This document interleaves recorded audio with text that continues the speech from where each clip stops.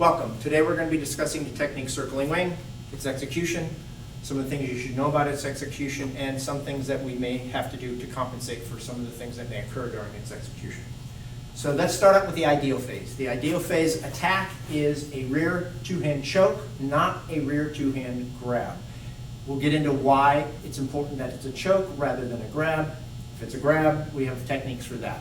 So from the choke, there's one of three things that could happen. They could be pulling us, and we do have a technique for that, which is twirling wings, and it is the horizontal version of what we're going to be doing, circling wing.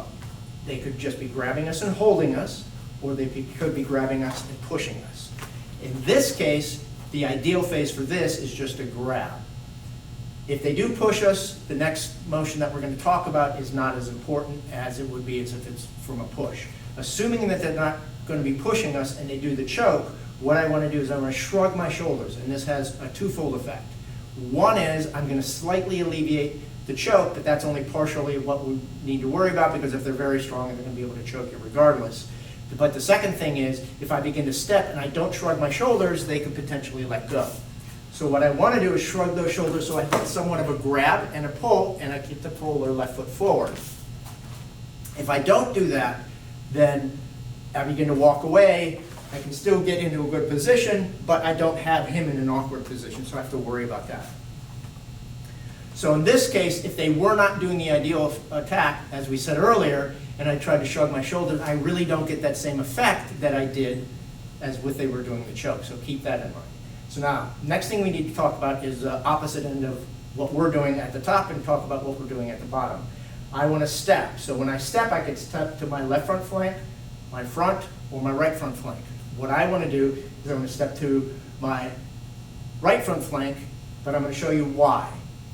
If we step to the left front flank and I begin to turn towards this opponent, no matter what I do, I'm going to be offline. I don't have the proper mechanics and alignments I need for my left unless I begin to spin to my right rather than my left. Same thing occurs for straight ahead. If I turn, again, my alignment is not proper. So what I want to do is step to the right of the straight ahead towards the right front flank, or 130.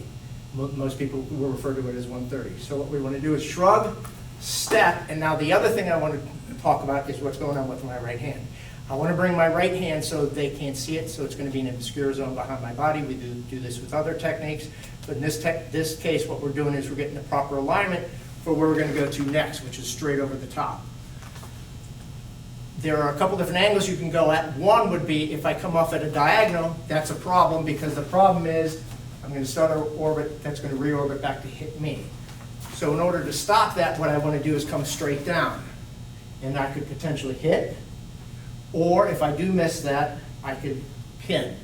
So what's happening here is I want to think of what's going on in triggered salute or gifted destruction. Either one of those two you could keep in mind is what you want to do. What you basically want to do here is be pulling down like this, okay?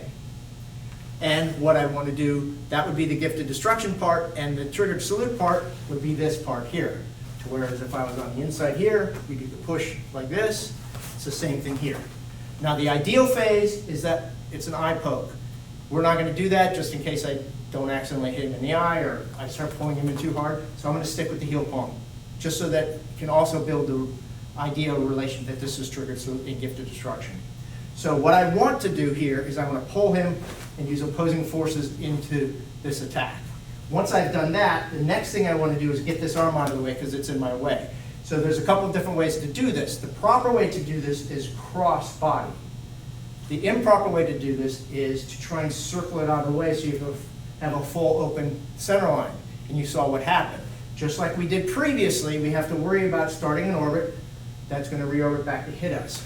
So what we want to do is I'm going to take this hand and press it across. You can grab if you wish, that's perfectly fine, but you don't have to. You can just press, but you want it cross body. And what that does is, if you notice, now I've brought a line of entry for what I'm going to be doing next. So the next thing is an upward elbow. If you notice I'm in a neutral bow, I can barely hit this guy. So how do I solve for that problem? What I do is I turn into a horse, and what that does is allow me to get the proper angles and the depth that I need for my strike. So I get just a little bit more extra reach out of that by turning into the horse. Do not over-rotate and turn into the reverse, because what's going to happen is the same thing as the neutral bow, where I don't have the depth I need and the reach I need, but I'm also turning away from the opponent. Okay, so what you want to do is you want to make sure you get this right on line. It's also going to help me with my next maneuver. So with this arm across like this, you'll see a lot of people turn this through a circle, continue that circle, and hit as they turn into that reverse bow. The problem with that is this huge gap in what's going on. I'm creating this big circle that's going to reorbit back to hit him, which is a good thing, but the problem is there's a gap in time. Once I do this hit, I start to reorbit, and all he has to do is take that time in order to block me. So how do I solve for that problem? What I do, instead of making this a circle, I turn my body, keep the elbow anchored, shoot back towards him to get to the groin.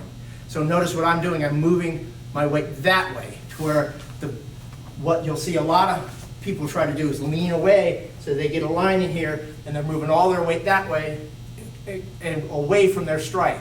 So what we want to do is fix that so we get a shorter distance and we get all our weight going that direction just by turning and then hitting as we move back towards. Okay? Then from that point, we can cross out and cover. Okay, let's walk through this really quick one more time. Choke, not grab, pin, step to 130, bring the arm across, come straight over the top, use opposing forces with frictional pull to pull them into the ideal phase is the eye poke, cross body, shoot to the horse to shoot up to get our reach, turn, shoot back straight in, cross out and cover. One more time, slightly quicker so that you can see it and without any explanation.